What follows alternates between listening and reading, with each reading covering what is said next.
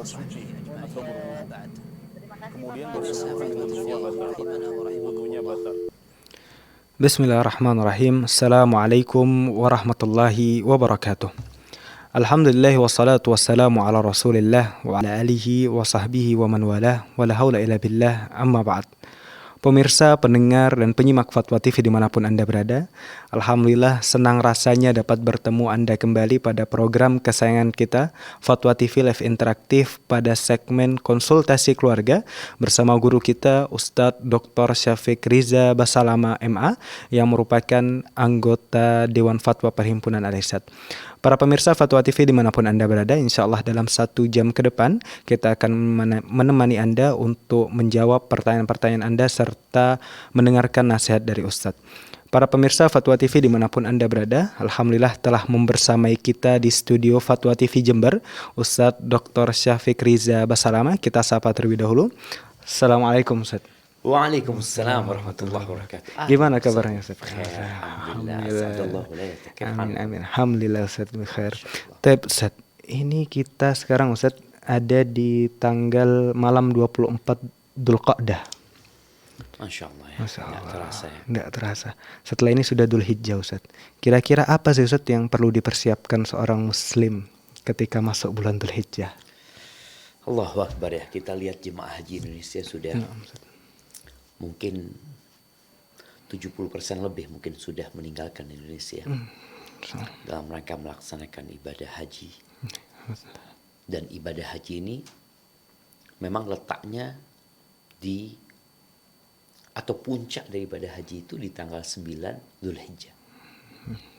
Ada apa sebenarnya dengan bulan Dzulhijjah ini? Allah Azza wa Jalla bersumpah ya. Wal fajri wa layalin ashar. Allah mengatakan demi fajar dan demi 10 malam. 10 malam ini yang dimaksudkan adalah 10 awal Dzulhijjah. Ada apa di situ? Kok sampai Allah bersumpah?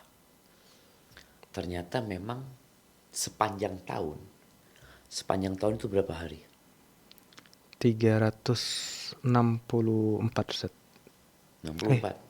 65. Nah, Ustaz, 65. Itu Masehi kan. Kita Iya, kan Ustaz. bilang berbicara tentang bulan Qamariyah. Kemarin ada yang negur ana, Ustaz, ana mendengarkan Ustaz beberapa kali kok kayaknya salah Ustaz. Allah menyebutkan Ustaz menyebutkan jumlah bilangan hari itu 255 hari. Yang betul 265 hari Ustaz. Ana sampaikan iya kalau bulan Masehi. Kalau bulan Islam itu bedanya 10 sampai 11 hari ana ngomong. Seperti jadi ya 55 ana ngomong. Jadi dari 355 hari 10 awal Dzulhijjah ini adalah hari-hari yang paling indah. Apa kata Nabi SAW? Ma min ayyamin. Ya ini kalau bicara akhirat ya. Ini bicara akhirat. Kalau bicara dunia ya orang punya hari-hari indah tersendiri buat mereka.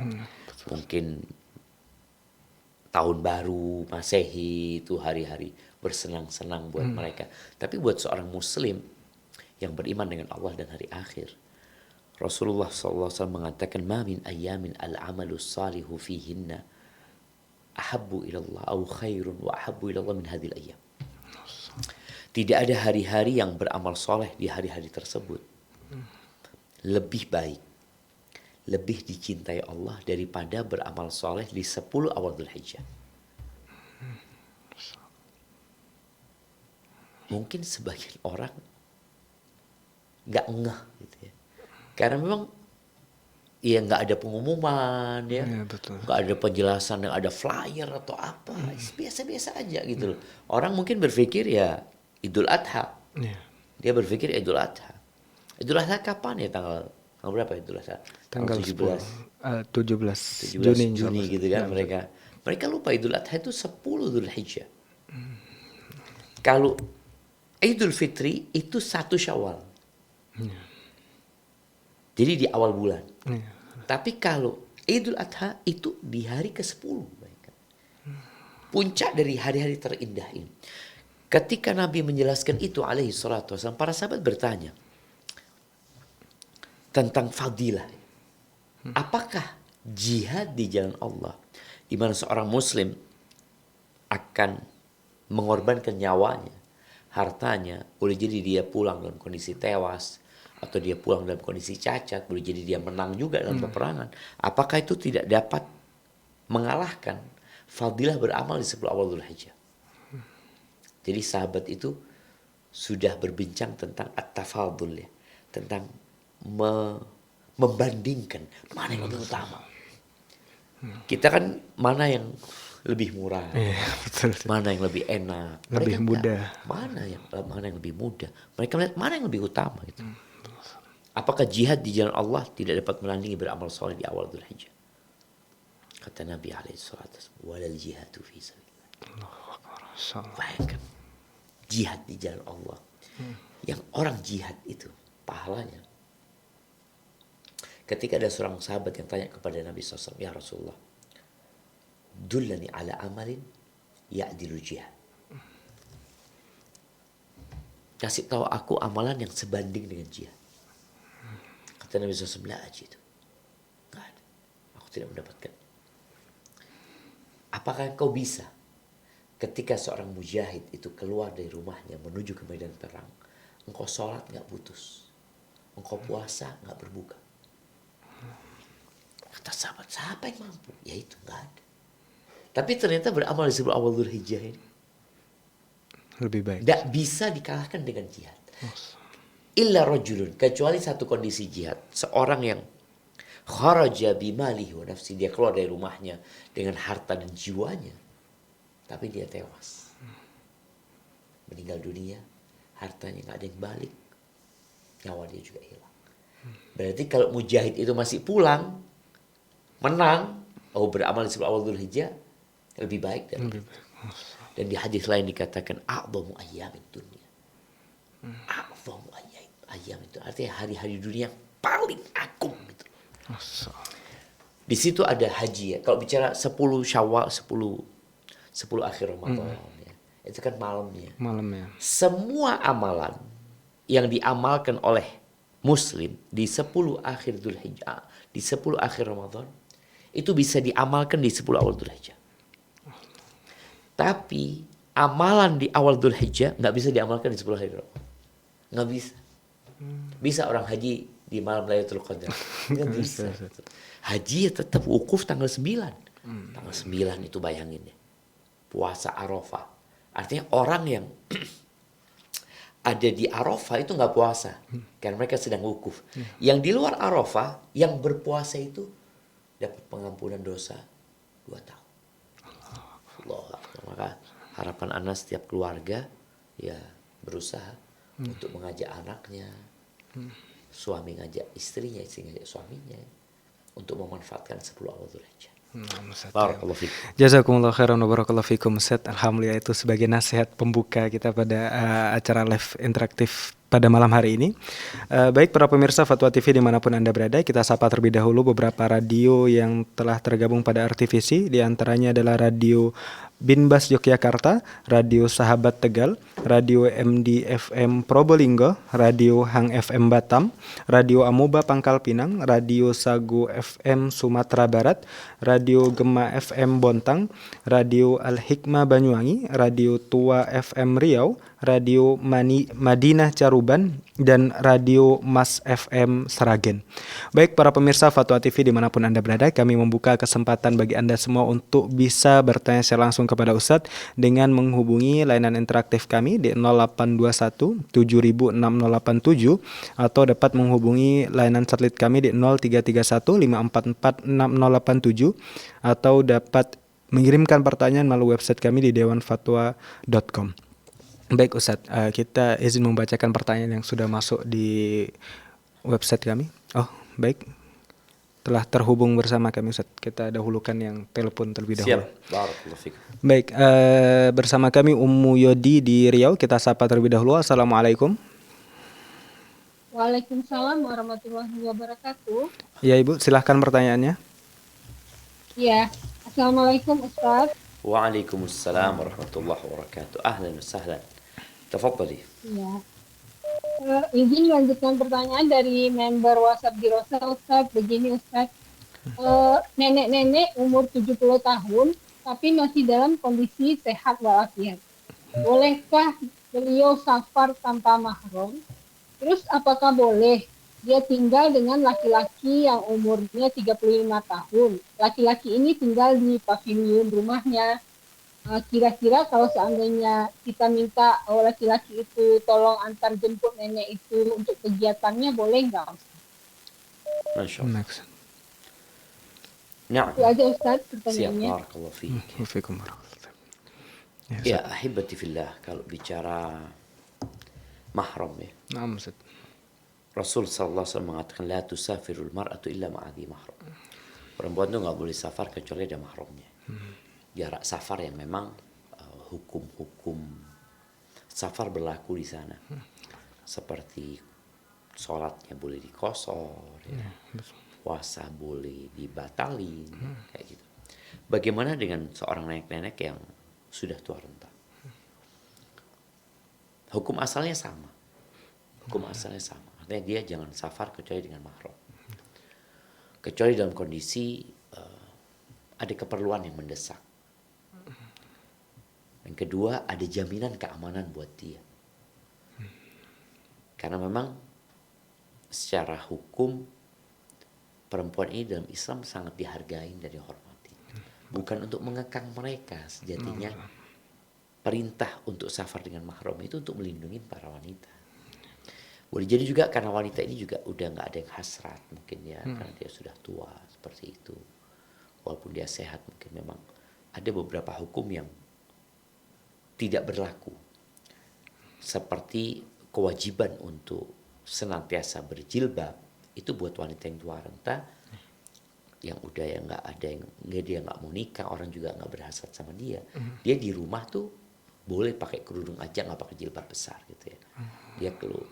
Jadi tetap dia mamanya dia keluar itu mungkin ya nggak pakai jilbab yang abaya besar seperti itu. Maka itu mungkin berkaitan dengan mereka. Adapun buat apakah dia boleh tinggal bersama laki-laki? Kalau tinggalnya serumah terjadi interaksi, nggak boleh. Karena tetap setan itu nggak pernah tidur siang. Tapi kalau tinggalnya itu pisah rumahnya ya. Kalau dikatakan pavilion ya mungkin dia ada kayak guest house di depan rumahnya.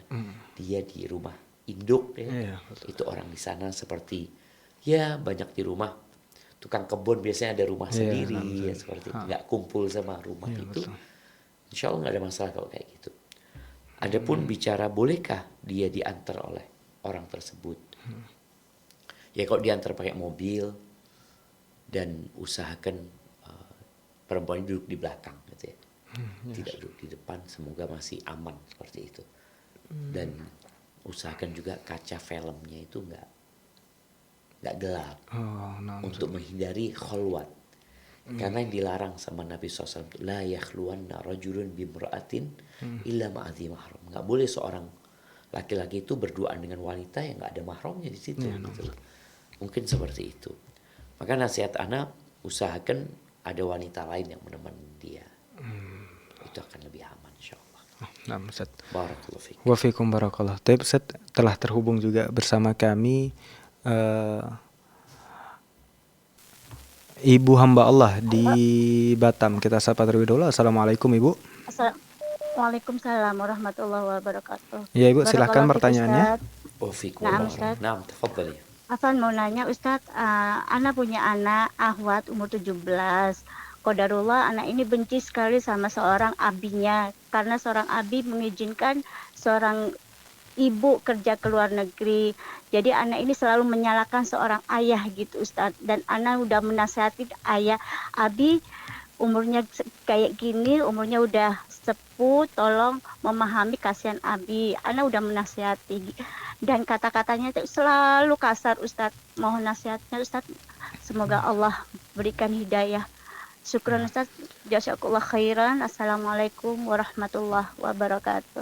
Waalaikumsalam warahmatullahi wabarakatuh.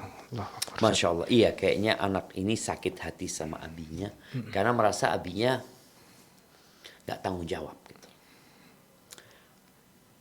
Membolehkan, mengizinkan, atau bahkan menyuruh istrinya bekerja menjadi TKW di luar negeri. Padahal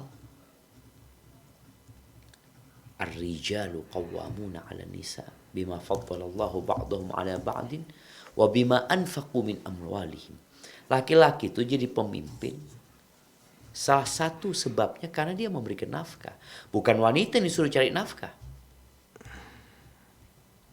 Ketika seorang suami menyuruh istrinya bekerja mencari nafkah, di situ ada unsur kezaliman.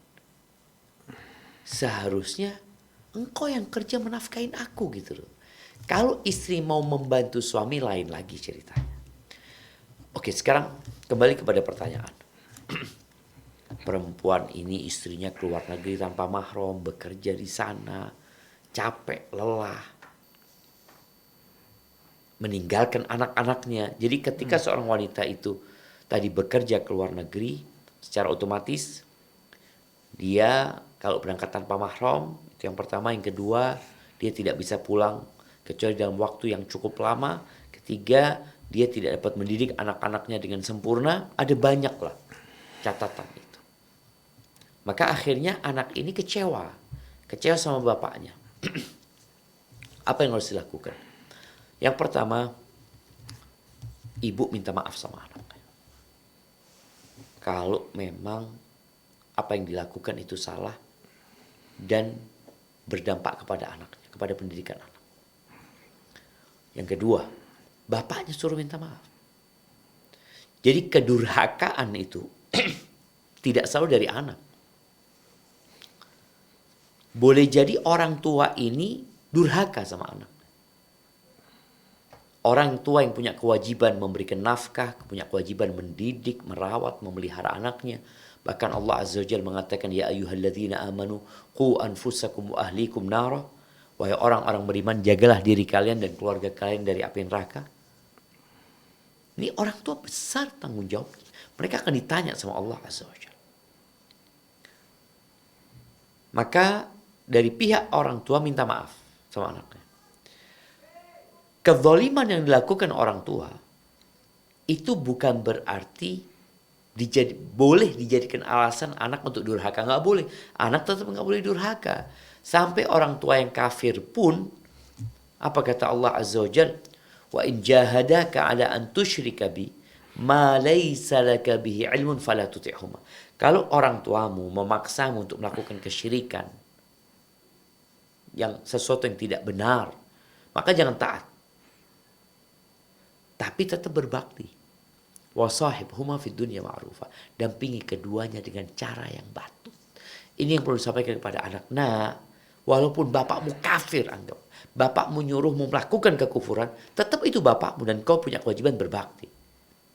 Tapi kan yang perlu dilakukan sekarang bagaimana menjalin hubungan yang lebih baik lagi antara bapak anak, anak bapak, antara anak sama ibunya juga seperti itu.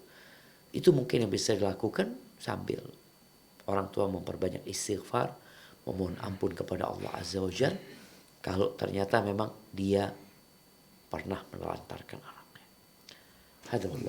Nah, Ustaz. Jazakallah khairan, Ustaz. Baik, telah tersambung bersama kami Ibu Ratna di Jakarta. Kita sapa terlebih dahulu. Assalamualaikum, Ibu. Waalaikumsalam warahmatullahi wabarakatuh, Pak Ustadz. Ya, silahkan pertanyaannya, Ibu. Iya, langsung aja ya Pak Ustadz ya. Siap. 10 tahun pertama perkawinan, suami saya kan suka bilang begini, kalau bukan karena anak, udah gua buang lu dari dulu. Kalau bukan karena anak, udah gua buang lu dari dulu. Nah, itu kan Itu 10 tahun pertama. Ya, 10 tahun pertama Setelah punya perkawinan. anak kan? Iya, setelah punya anak. Nah, sudah itu tahun 2015 2019 ketahuan suami saya punya siri, dia menikah 2015. Nah, aku ribut, terus aku langsung ditalak. Kalau aku tidak terima sirinya, suami saya lebih menceraikan saya gitu loh. Nah, itu udah talak apa belum Pak Ustadz? Oh, suami ngomong seperti sudah. apa? kalau kamu tidak mau terima siri kamu, maksudnya istri kedua, suami saya udah siri ya. Nah, dia lebih memilih menceraikan saya dan menikahi sirinya. Itu omongan dia seperti itu. Ya, Siap. saya akan menceraikan kamu. Hmm. Bila kamu tidak mau menerima siri saya, saya lebih memilih menceraikan kamu. Siap. Dan itu udah ke saya, keluarga saya. Sudah itu Pak Ustadz. Afan Ibu, Yang barusan ketiga. terputus Ibu, barusan terputus. Bagaimana keluarga saya tadi Ibu ngomong? Oh, gini, kalau saya tidak terima sirinya, eh, suami saya lebih memilih menceraikan saya Oke, siap. dan menikahi sirinya itu, menikah resmi demi Iya. anak. Nah, itu pertanyaan saya, itu apakah udah talak? Oke. Sudah itu yang kedua, eh, siri pertama itu akhirnya diceraiin ya Pak Ustadz. Nah, dia menikah lagi. Saya sempat mengurus ke pengadilan, tapi pas mau sidang kedua disuruh cabut dan saya cabut. Tapi saya cabut tuh kita ijab kabul lagi, tujuannya ternyata nyakitin saya. Nah, dia menikah lagi dan kata-kata juga sama, tapi bahasanya beda lagi gini. Kalau lu nggak mau, kalau apa? Dia akan benar-benar bahasanya saya harus menerima, bukan, eh eh, gua bener-bener buang lu, bener-bener pokoknya bahasanya ngebuang gitu loh, ngebuang Kalau saya. nggak Berarti itu kan, nerima sirinya dia. iya, dia eh ini menikah yang kedua kali ya, siri yang kedua kali. Terus saya kalau kalau nggak terima gitu kan, saya benar-benar dibuang. Tapi bahasa bukan cerai lagi, tapi dibuang. Benar-benar buang lu gitu bahasanya. Nah, itu yang mau saya tanya, itu berarti kan udah yang kedua kali ya Pak Ustadz. Yang Ya. ketiga, yang pertama bahasa di saat marah doang, belum ada siri. Nah, yang kedua mentalak saya, menceraikan saya bahasanya. Terus yang ketiga membuang saya gitu kan. Nah, itu apakah sudah kena talak saya apa belum Pak Ustadz? Terus yang kedua, kalau memang sudah kena talak itu udah talak berapa gitu? Siap, Ibu. Masya Allah. Barakallahu fiik. Iya. Ya. Udah itu Ibu pertanyaannya? Ya, ini yang pertama, belum terjadi talak ya. Itu hanya ancaman dan angan-angan ketika suami mengatakan kalau bukan karena anak aku sudah menceraikanmu. Berarti memang belum ada perceraian karena ada anak dan dia juga tidak mengatakan cerai. Namun nasihat anak buat para suami, kata-kata cerai itu kata-kata yang menyakitkan gitu ya. Jangan dijadikan ancaman yang hanya akan membuat rumah tangga menjadi lebih keruh lagi keadaannya. Kalau yang kedua, harapan anak memang ibu ini nanti tanya kepada ustadz yang dekat bersama suami. Soalnya, apa sebenarnya ucapan suami? Kalau tadi dikatakan, kalau engkau nggak terima, aku akan ceraikan kau.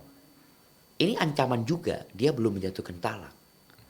Dia belum menjatuhkan talak. Jadi belum terjadi perceraian. Cuma sekali lagi, perlu ada omongan dari suami. Karena ini berkaitan dengan kedua belah pihak. Ibu menukil omongan suami. Perlu ditanya, suami ngomong kayak gitu apa enggak? Gitu.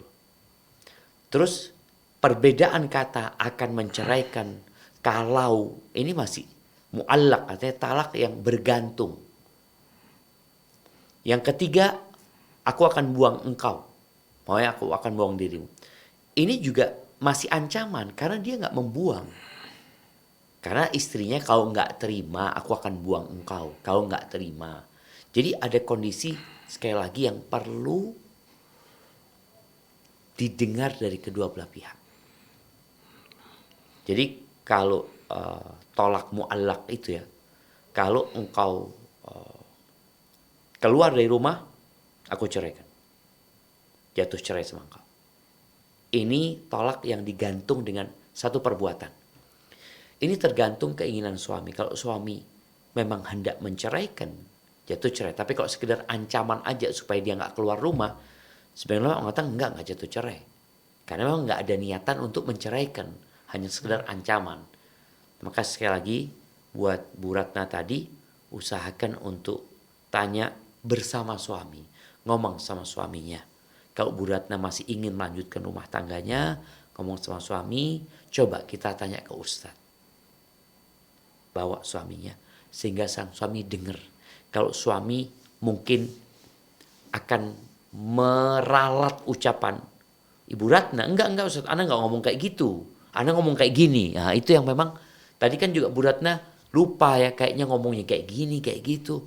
Maka ini perlu berangkat bersama suami kepada seorang ustadz, kepada orang yang alim di tempat ibu, dengan harapan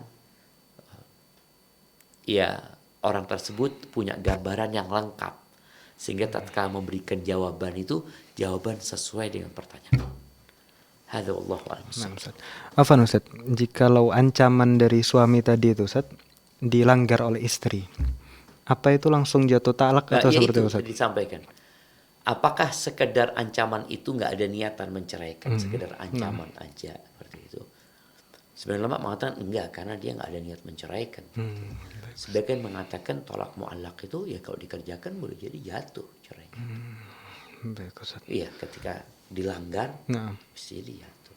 Oh, baik Ustaz. Jazakumullah khairan. Tapi sekali lagi urusan talak ini masalah halal haram ya. Iya Ustaz. Maka perlu bawa suaminya. Betul. Karena masih ingat Syekh Utsaimin rahimahullah ta'ala, ketika kita ngaji sama beliau di Qasim ya, ada orang tanya tentang perceraian. Syekh, anak melakukan ini sama istri anak ngomong gini sama istri anak. Syekh tanya, istrimu ada? Ada Syekh. Oke, habis gini anak datang ke mobil. Karena mau denger ya, kejadiannya seperti apa gitu loh. Karena jangan sampai gara-gara fatwa Syekh padahal kejadiannya nggak kayak gitu. Akhirnya bisa mengharamkan yang halal. Tadi kan ibu tanyakan, ini cerai keberapa ini Ustaz gitu loh. Kalau dikatakan cerai ketiga udah nggak bisa balik tuh. Karena boleh jadi suami enggak ngomong kayak gitu Ustaz. Itu memang perlu dipastikan sebenarnya apa sih yang diucapkan. Nah, Ustaz. Jazakumullah khairan Ustaz. Baik, telah tersambung bersama kami Ibu hamba Allah di Mojokerto. Kita sapa terlebih dahulu. Assalamualaikum Ibu. Waalaikumsalam. Halo, assalamualaikum. Halo. Waalaikumsalam. Ya, Nah, Ibu silahkan, Ibu. pertanyaannya. Assalamualaikum warahmatullahi wabarakatuh. Ustaz, saya izin bertanya. Saya seorang istri yang sudah menikah selama 6 tahun. Di pernikahan tahun pertama sampai dengan keempat. Halo. Nah, Halo, silakan iya, Ibu. Baik. Silakan Ibu. Ya, di tahun pertama sampai dengan keempat, saya lebih banyak menghidupi diri saya sendiri karena pada saat itu saya bekerja dan posisi saya berjauhan dengan suami. Suami bekerja freelance, jadi tidak memiliki pendapatan yang tetap dan pasti. Beberapa bulan lalu Baik, halo. Beberapa bulan lalu saya sudah berhenti bekerja, dan sebelum saya berhenti bekerja, keluarga saya memang meminta suami untuk tinggal bersama saya. Pada saat itu kami memang terpisah kota, jadi keluarga saya minta untuk suami saya ikut ke kota di mana saya bekerja. Itu Siap. mengakibatkan suami saya meninggalkan pekerjaannya yang ada di kota tersebut. Nah. Nah, beberapa bulan yang lalu saya sudah berhenti bekerja. Saya resign dari pekerjaan saya karena saya merasa pada saat saya bekerja ternyata saya kurang bisa menghargai suami saya.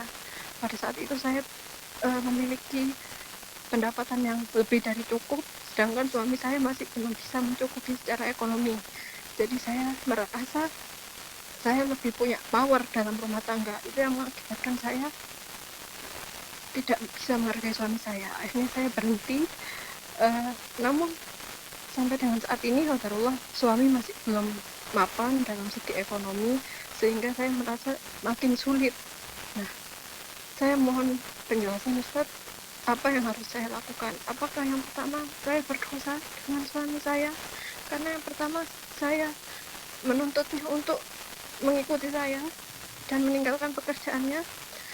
Lalu yang kedua, apakah nafkah yang diberikan suami termasuk untuk kebutuhan rumah tangga itu juga termasuk nafkah bagi saya. Misal suami memberikan uang beberapa ratus ribu dan itu hanya cukup untuk kebutuhan rumah tangga, maka itu juga termasuk suami sudah memberi nafkah kepada saya. Karena saya sering mendengar kelak di akhirat istri itu bisa mendebat suaminya jika ia tidak mendapatkan hak-haknya sebagai istri. Nah, Gitu Ustaz. Mohon penjelasan Ustaz. Terima kasih. barakallahu fiik ya. Waalaikumsalam warahmatullahi wabarakatuh. Nah, Ustaz. Iya, ini ada banyak masalah ya dalam pertanyaan ibu ini. Yang pertama berkaitan dengan istri yang bekerja. Istri bekerja apabila dengan izin suami, pekerjaannya halal, tidak ada pelanggaran syariat di situ, boleh-boleh aja dia bekerja. Dan ketika sang istri membantu suami dalam nafkah keluarga, maka hendaklah dia meniatkan sedekah. Karena di masa Nabi SAW ada sahabat-sahabat yang istrinya lebih mapan daripada suaminya. Tapi karena dia istri yang soleha, dia tetap menghargai suaminya. Dan dia ketika memberikan nafkah, ya di situ ada pahala sedekah buat dia. Namun ketika seorang mungkin pemahaman agamanya kurang, sehingga seperti yang ibu sampaikan tidak dapat menghargai suami, merasa dia yang punya power, maka adalah para wanita bertakwa kepada Allah SWT. Apalagi apabila wanita ini udah tahu memang suami yang menjadi pendamping hidup dia itu ya pekerjaannya seperti itu. Penghasilannya nggak lebih banyak. Nabi kita Muhammad SAW menikah sama Khadijah yang kaya Khadijah. Tapi bagaimana Khadijah memposisikan dirinya sebagai istri yang punya kewajiban berbakti kepada suami, menghargai suami, kemudian ia berkhidmat, memberikan pelayanan kepada suami. Walaupun yang kaya Khadijah. Jadi nggak ada masalah sebenarnya ketika wanita bekerja dengan syarat-syarat dan ketentuan yang sudah ditetapkan dalam agama ini. Tapi kalau ibu memilih resign, ya nggak ada masalah juga. Karena kewajiban memberikan nafkah adalah kewajiban suami. Tapi masalahnya bukan masalah penghasilan istri lebih besar dari suami, kemudian sang istri menjadi semena-mena. Enggak. Karena boleh jadi dengan ibu resign, kalau pekerjaannya sesuai dengan syariat, akhirnya susah kan sekarang kondisinya. Dan tetap nggak menghargai suami gitu loh. Dulu tidak menghargai suami karena penghasilannya lebih besar dari suami, lebih mapan. Sekarang tidak menghargai suami karena suaminya penghasilannya nggak ada, menyebabkan hidup dia jadi susah. Itu. Baik, kemudian berkaitan dengan apakah permintaan istri kepada suami untuk pindah kota menemani istri itu ada unsur haram di situ umpamanya. Enggak apa-apa apabila ada komunikasi, tidak ada pemaksaan dan suami mau ikut, ahlan wa sahlan. Jadi usahakan memang ada komunikasi yang baik antara suami dengan istri. Taib, nafkah itu apa sih? Nafkah itu sandang, pangan, papan. Besarannya kalau suami banyak hartanya, ya kasih yang banyak. Yunfiq dhu sa'atin min sa'atih. Wa man qudira alaihi rizquhu falyunfiq mimma atahu Allah. Yang punya keluasan rezeki ya kasih yang banyak gitu loh, sesuai dengan keluasanmu, jangan bakhil sama istri sendiri. Tapi yang sempit rezekinya ya udah berikan kepada istri sesuai dengan kemampuanmu. Maka kalau tadi dikatakan apakah yang diberikan oleh suami duit yang untuk biaya hidup jadi nafkah? Nah, Nabi SAW mengatakan ketika ditanya apa hak istri, beliau mengatakan SAW, antut'imaha idza ta'imta wa antaksuha idza iktasait wa la tadribil wajha wa la tuqabbih. Kata Nabi SAW, engkau memberikan makan kepada dia ketika engkau makan. Artinya ada suami gak ada yang bisa dimakan, aku sudah kerja, aku udah berusaha. Makanya kadang-kadang Nabi SAW masuk rumahnya tanya ada yang bisa dimakan, gak ada air, ya udah beliau puasa gitu. Jadi makanan yang dimakan di rumah itu atau uang belanja itu nafkah. Dan kau belikan dia pakaian kalau engkau beli pakaian gitu loh. Jangan hanya berpikir diri sendiri ketika engkau punya tanggung jawab untuk istrimu. Jangan memukul wajah dan jangan menjelek-jelekkan istrimu. Seperti itu. Jadi ibu tetap bisa membantu suami walaupun sudah resign. Ada banyak pekerjaan yang bisa dilakukan seorang istri untuk membuka pintu-pintu rezeki. Di antaranya adalah memperbanyak istighfar, bertawakal, menyerahkan semuanya kepada Allah, dan bertakwa. Itu mungkin beberapa pintu rezeki yang perlu diketuk ya, walaupun engkau tidak bekerja dalam urusan dunia. Hadza wallahu a'lam bissawab. Nah, Ustaz. Barakallahu fikum, Ustaz. Baik, telah tersambung bersama kami Ummu Ahmad di Tuban, Jawa Timur. Kita sapa terlebih dahulu. Assalamualaikum, Ibu. Waalaikumsalam warahmatullahi wabarakatuh, Ustaz. Ya, Ibu, silahkan pertanyaannya. Assalamualaikum warahmatullahi wabarakatuh, Ustaz. Waalaikumsalam warahmatullahi wabarakatuh. Ahlan Afwan, wasahlan. Ustaz, Tafadhali. Anak Ummu Ahmad di Tuban, Jawa Timur, Ustaz. Ahlan Gini, wasahlan. Ustaz, Tafadhali. dari tahun 2011 sampai 12 itu kan udah daftar haji, Ustaz.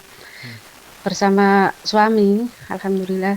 Dan qadarullah tahun 2002 kemarin itu suami meninggal. Inna lillahi wa inna ilaihi raji'un. Allah yarhamu. Naam. Dan anak ada putra yang umur 21 juga anak ibakan, Ustaz. Dan qadarullah kemarin 2023, Ustaz ya, habis umrah itu seminggu mau balik pondok Al-Furqan itu qadarullah kecelakaan juga meninggal. Allah yarhamu. Allah yarhamu. Dan ini mungkin udah takdir Allah yang terbaik, Ustaz, tapi gimana ya, Ustaz? Ini tapi kan hajinya insya Allah udah mau ada panggilan, Ustaz. Mungkin kalau anak urus mungkin tahun ini, tapi anak belum sempat ngurusi. Gimana ya, Ustaz, kalau anak haji sendiri? Apa gimana, Ustaz? Gak bisa digantikan Ummu Ahmad. Porsinya Kata suami itu.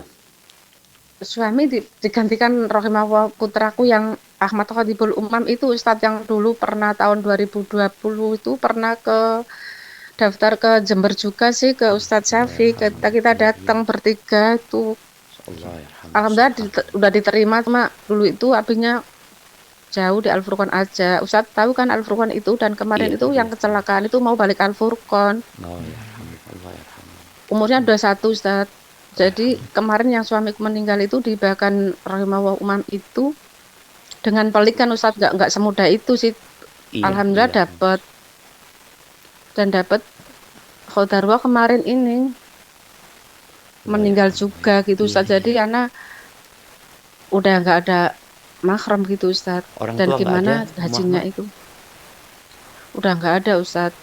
Dan kata Ustadz, kata undang-undang negara itu kan Yang bisa maksudnya menggantikan udah siapa? 2 kali udah nggak bisa digantikan lagi gitu, Ustadz. Subhanallah, Halo, subhanallah. Iya. Iya. Muhammad umur berapa sekarang? 47, Ustadz. Siap Muhammad. Barakallahu fiik. Iya. Wafik barokah, Ustadz. Jazakillah khairan, Ustadz. Wa iyyaki barakallahu fiik ya. Nah, Ustaz. Subhanallah jamaah ya. Tajri riyah bima la tashtahi sufun. Kadangkala angin itu bertiup tidak sesuai dengan keinginan nelayan. Maka hidup ini adalah ujian dari Allah Azza wa Jalla. Sebagian merasa musibahnya berat. Bahkan mungkin dia berpikir sudah jatuh tertimpa tangga. Ujian itu datang bertubi-tubi. Ada orang lain yang lebih berat ujiannya. Maka hendaklah kita yakin bahwa semua ujian yang diberikan oleh Allah itu sudah ditakar sesuai dengan keimanan kita. Dan kita juga harus yakin fa inna ma'al usri yusra. Inna ma'al usri yusra. Bersama kesulitan itu, bersama kesulitan ada kemudahan. Sesungguhnya bersama kesulitan ada kemudahan. Maka semoga musibah yang menimpa Ummu Ahmad ya dapat menjadikan Ummu Ahmad lebih dekat sama Allah lebih bertakwa kepada Allah, diampuni dosa-dosanya dan diangkat derajatnya. Rasulullah SAW ditinggal mati istrinya, ditinggal mati putrinya, ditinggal lagi putrinya lagi, putrinya lagi, tinggal lagi putranya juga meninggal. Dan itu ujian yang berat, dan Allah mengatakan walanabluwannakum bisyai'in minal khaufi wal ju'i wa naqsim minal amwali wal anfusi wath thamarat wa basyiris sabirin. Kami benar-benar akan memberikan ujian kepada kalian. Bentuk ujian itu rasa takut, kelaparan, kekurangan orang-orang yang dia cintai, kekurangan harta, kekurangan buah-buahan, dan berikan kabar gembira kepada orang-orang yang bersabar. Mereka adalah orang-orang yang apabila ditimpa musibah, mereka mengatakan inna lillahi wa inna ilaihi raji'un. Tapi bagi Ummu Ahmad, apakah tetap berangkat haji atau tidak? Di sini masalahnya ada khilaf di antara para ulama. Yang pertama dalam madhab Syafi'i, semoga Anda nggak salah. Ketika seorang wanita itu sudah mampu berhaji tapi nggak ada mahramnya, maka dia boleh berangkat haji dengan catatan adanya jaminan keamanan buat dia. Dia udah wajib nih, udah bayar, porsinya udah dapat, ya apalagi sekarang kan nunggu porsinya udah dapat, tapi mahramnya nggak bisa. Maka menurut pendapat madhab Syafi'i boleh dia berangkat tanpa mahram, tapi dengan catatan ada jaminan keamanan buat dia. Kalau nggak usah berangkat. Itu mungkin. Di madhab lain memang ada yang menjadikan mahram itu syarat wajib. Artinya kalau nggak ada mahram jadi nggak wajib. Itu qaul fil madhabil hambali ya. Tapi Anda lihat pendapat Imam Syafi'i pendapat yang kuat juga, karena bicara haji ini kewajiban buat yang mampu dan dia mampu. Cuma tadi kondisinya mahramnya nggak ada, apakah dia tetap berangkat haji atau tidak? Apabila ada jaminan keamanan buat dia, insya Allah berangkat, nggak ada masalah untuk dalam rangka menjalankan kewajiban, menjalankan rukun Islam yang kelima. Hadza wallahu a'lam bissawab. Nah. Barakallahu fikum Ustaz. Baik, telah tersambung bersama kami Ibu Hania di Pekalongan. Kita sapa terlebih dahulu. Assalamualaikum Ibu. Waalaikumsalam. Ya, Ustadz Ibu, mau silakan. tanya. Ahlan wa sahlan. Assalamualaikum. Waalaikumsalam warahmatullahi wabarakatuh. Tafadhali. Itu Ustadz, orang tua saya kan ingin berangkat haji.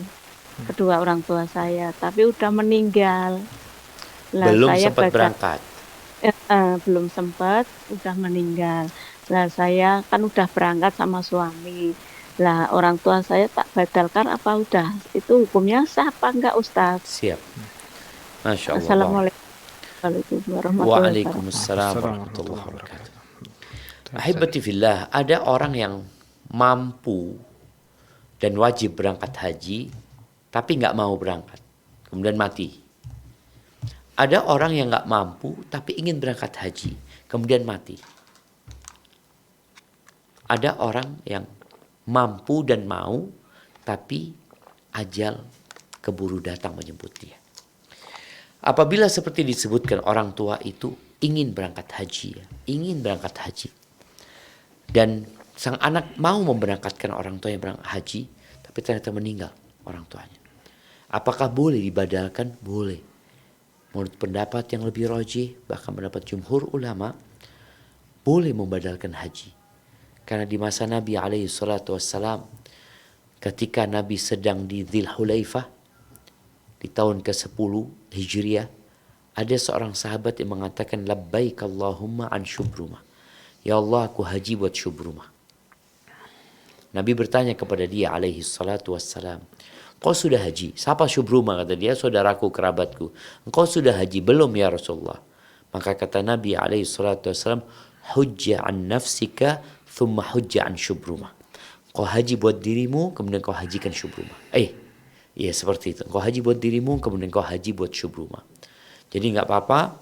Kemudian juga di masa Nabi SAW ketika beliau di Mina, ada seorang wanita yang bertanya, ya Rasulullah, inna faridatal haji adrakat abi wa huwa syekhun kabir la yathbut ala rahilah.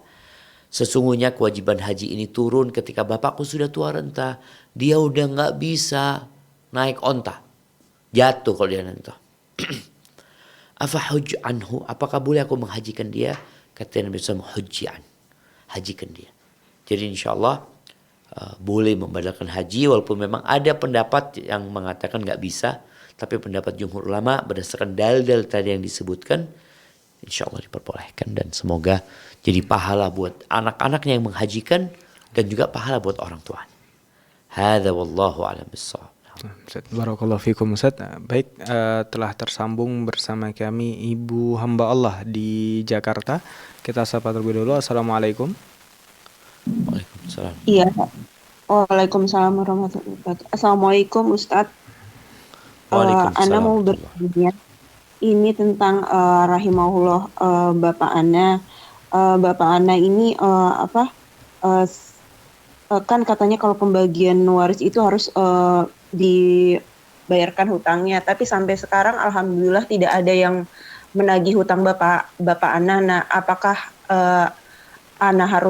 kami harus mencari tahu itu? Terus kan Bapak Ana ini dulunya seorang pegawai pensiunan PNS ya.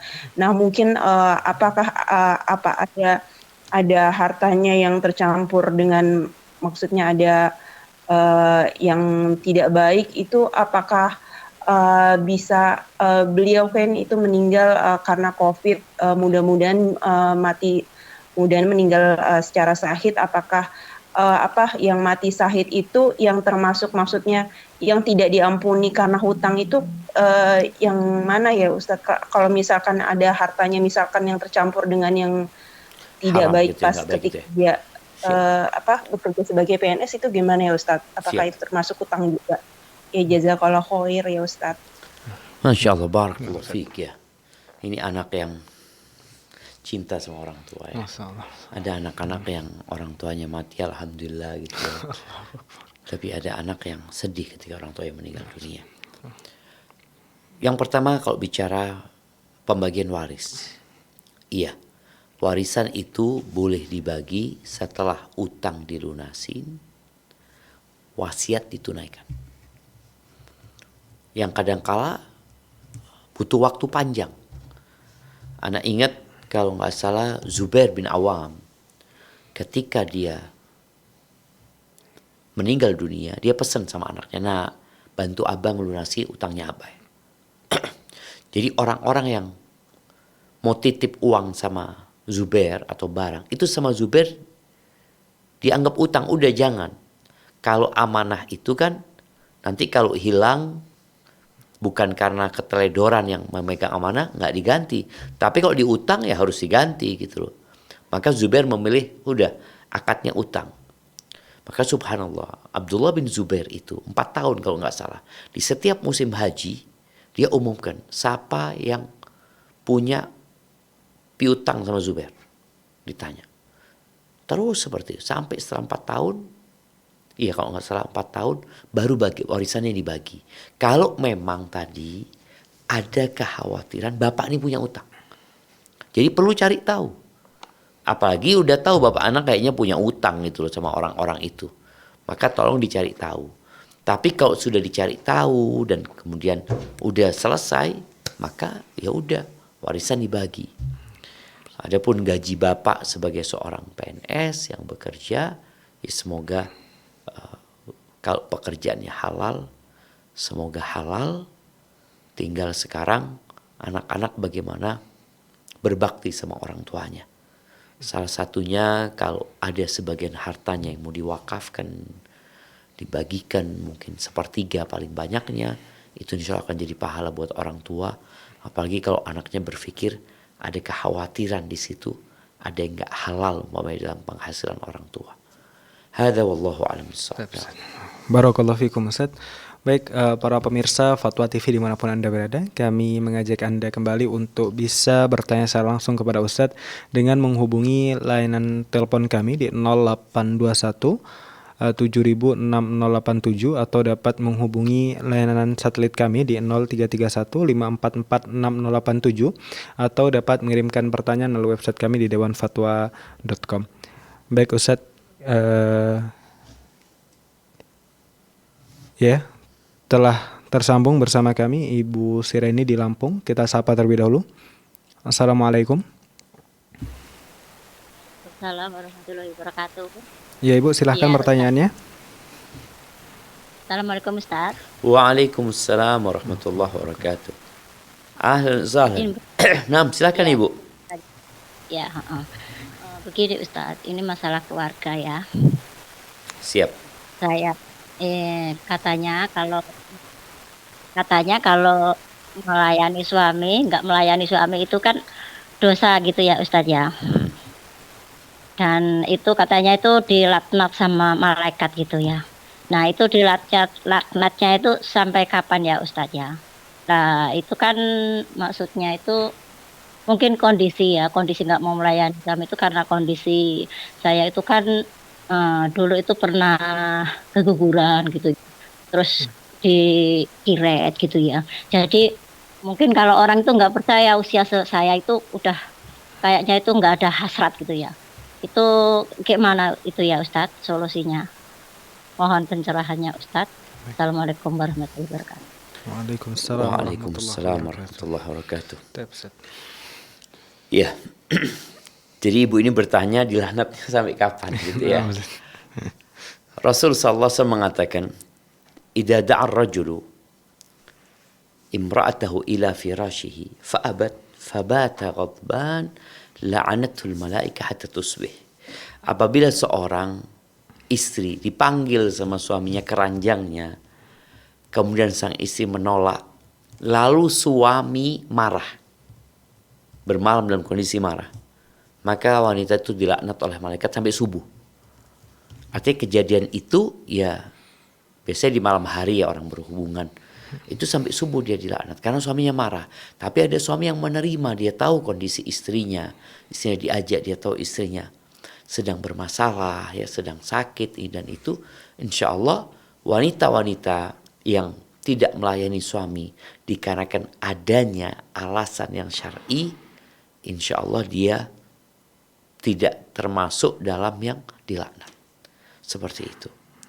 Dan apabila seorang istri dipanggil sama suaminya dan dia tahu dia kondisinya nggak sehat atau ada masalah, dia datang, dia jelaskan kepada suaminya. Mungkin dia bisa pijat suaminya, mungkin dia bisa berikan pelayanan lain selain itu kepada suaminya, sehingga suaminya tetap bisa menyalurkan syahwatnya walaupun tidak harus terjadi jima di antara mereka berdua. Dan kita tahu ya, seorang suami apabila punya hasrat, kalau tidak disalurkan terkadang akan berdampak kepada ya kejiwaan dia, akan membuat dia jadi lebih suka marah nantinya seperti itu. Hadza wallahu a'lam bissawab. Nah. Ustaz, barakallahu fikum Ustaz. Baik Ustaz, mungkin ada sedikit waktu terakhir. Baik, telah tersambung bersama kami Bapak hamba Allah, kita sapa terlebih dahulu. Assalamualaikum Bapak. Ya, waalaikumsalam Bapak. Ya, silahkan Bapak pertanyaannya. Iya, maaf saya mau tanya masalah pernikahan. Ya, Saya baik. beberapa hari yang lalu jatuh omongan ke istri saya. Gini, saya bilang nanti saya pulang ke kakak kamu lah gitu kan. Terus malam pada pagi itu juga udah saya bicarakan sama kakaknya bahwa saya ingin memulangin adik kamu. Selama ini saya udah nggak ada kecocokan selama berumah tangga sama dia gitu kan. Terus pertanyaan setelah itu Pak Ustaz, setelah itu Ustaz, Iya Bapak. ya setelah itu ada keinginan, karena kan kita ngeliat ini Ustaz, ngeliat anak juga ngerasanya kan nggak tega juga kalau kita mengedepankan ego kita, kan otomatis korban jadi anaknya satu. Iya. Nah terus pertanyaan saya Ustaz, kalau saya ingin balik lagi rujukan dengan mantan istilahnya istri saya itu gimana cerita? Tunggu. Bagaimana cara Ustaz? Bapak ini ingin memulangkan atau sudah memulangkan? Sudah Ustaz, kemarinnya ke kakaknya. Sudah dipulangin, jadi istri dengan niat Iya. menceraikan gitu. Iya, jatuh omongan kayak gitu lah kepada kakaknya yang pertama. Oke, siap. Kemudian sudah berapa lama istri sudah dipulangin? Ya sekitar kurang lebih 2 minggu Ustaz. Oh baru berarti, baru 2 minggu. Iya, baru 2 minggu. Nah, Jadi kalau baru 2 minggu, yang pertama kalau benar Bapak sudah memulangkan dan niat menceraikan, berarti jatuh cerai. Yang kedua, kalau Bapak mau rujuk, boleh dirujuk langsung Bapak. Nggak perlu nikah baru lagi, karena dalam masa iddah itu, posisi istri itu masih istrinya Bapak. Bapak tinggal ngomong, saya rujuk kamu, saya minta maaf, selesai. Tanpa diketahui sama kakaknya atau gimana, Ustaz? Ya enggak, kalau karena tadi ada omongan sama kakaknya, lebih baik ngomong sama kakaknya. Kalau anakku sudah rujuk istriku gitu loh, ngomong sampaikan. Jadi enggak harus ada saksi, tapi dianjurkan ada saksi. Kenapa? Karena supaya enggak jadi omongan orang, loh ini kemarin cerai kok sekarang sudah berduaan lagi gitu loh. Sampaikan aku sudah rujuk gitu loh. Aku sudah rujuk gitu. Jadi enggak perlu nikah baru lagi, enggak perlu nikah baru lagi. Enggak perlu nikah baru lagi. Selama masa iddah, apabila tolaknya raj'i, Bapak tinggal ngomong, aku sudah rujuk kamu, minta maaf gitu. Udah, jadi istrinya Bapak lagi, Bapak ambil. Oke. Iya, makasih Ustaz ya atas Barakallahu fiik. segala infonya. Barakallahu fiik. Assalamualaikum Ustaz. Waalaikumsalam warahmatullahi wabarakatuh. Ustaz. Alhamdulillah Ustaz, pertanyaan tadi menjadi pertanyaan terakhir serta penutup pada Masya Allah, malam hari barakallahu ini. fiik ya. Barakallahu fiikum Ustaz. Semoga Bapak itu rujuk sama istrinya. Amin. Taib Ustaz. Jazakumullah khairan wa barakallahu fiikum Ustaz. Taib, para pemirsa Fatwa TV dimanapun Anda berada, kami mengajak Anda untuk menyaksikan terus program live interaktif Fatwa TV dari hari Senin sampai dengan hari Jumat pada jadwal yang sudah ditentukan. Kami sampaikan pula untuk informasi lebih detail terkait Fatwa TV atau Dewan Fatwa Perhimpunan Al-Ihsan, Anda bisa mengakses website kami di dewanfatwa.com atau fatwatv.id. Dan kami mengajak Anda semua untuk berkontribusi dalam syiar dakwah Islam melalui rekening aktif yang bisa Anda saksikan di layar kaca Anda. Pemirsa Fatwa TV yang semoga dirahmati Allah, terima kasih sekali lagi kami ucapkan bagi Anda semua, para pemirsa, pendengar, dan penyimak live interaktif kali ini. Baik, akhirnya kami mewakili rekan kerja yang bertugas pamit undur diri. Kita tutup dengan doa kafaratul majelis. Subhanakallahumma wa bihamdika asyhadu an la ilaha illa anta astaghfiruka wa atubu ilaik. Syukran, wassalamualaikum warahmatullahi wabarakatuh. Ya Allah. Terus bagaimana hubungan dengan anak saya yang sekolah di pesantren, Pak? Ini mau nada sudah bersuci atau berwudu. Kemudian bersentuhan dengan suami, waktunya batal.